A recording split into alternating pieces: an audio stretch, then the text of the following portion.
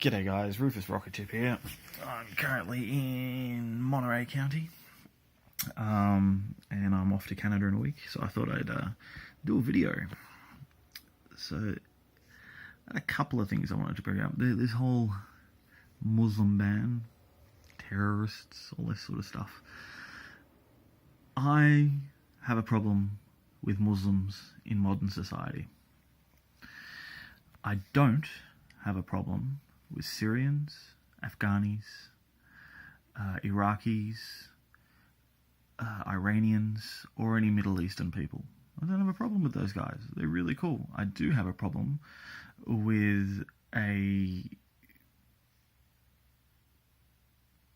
archaic religion. Well, not necessarily archaic, but just an ancient... I suppose it's the youngest religion of all the religions, but a religion nonetheless that promotes violence. I have a problem with the religion. So the idea of a Muslim ban, it wasn't really a Muslim ban, as has been specified by a lot of people on YouTube already, but the idea of a Muslim ban makes sense because they're banning the religion. They're not banning the people, they're banning the religion. It's a step in the right direction. We need to clear up the lines between religion and politics, because at the moment they're very blurred, and that's a problem. Also, if you're going to do videos on YouTube and talk about terrorist this and terrorist that, or, don't fall into the media hype of calling them terrorists, because a lot of them aren't actually terrorists via definition. If you look up the definition of terrorism, it says that terrorism is a person who uses violence, intimidation, or fear, particularly against civilians, in pursuit of political aims. Now, if you can show me the political aims of a 15-year-old boy who's been convinced that he must die for his religion, I don't see any political aims there. He's a crusader. By definition, a crusader is a person who uses, once again, fear, violence, or intimidation in vigorous pursuit of political or religious endeavours.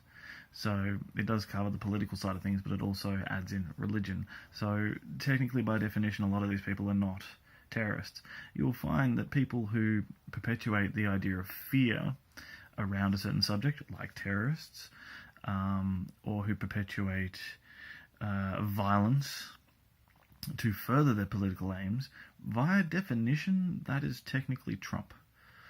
Via definition, that is technically Turnbull, that was technically Bush, that was technically John Howard, that was technically Kevin Rudd, that's technically Putin. It's technically nearly every single political leader that's been around. They are technically terrorists by definition.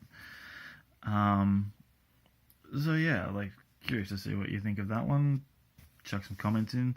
Also, additionally, there needs to be a clean-up of the definition of biological sex and gender. This whole sort of I don't identify as this gender. That's fine. You can identify as whatever gender you like, but biological sex is different to gender. So biological sex is about your physical organs, internal or external. It is to do with your physical organs. That is what biological sex is. Now, everybody is identified biologically by either male, female, or child. Period. There is no difference. Gender, you can identify as a stick if you want. It's fine. Because gender is about how you feel inside. It's not about what you have.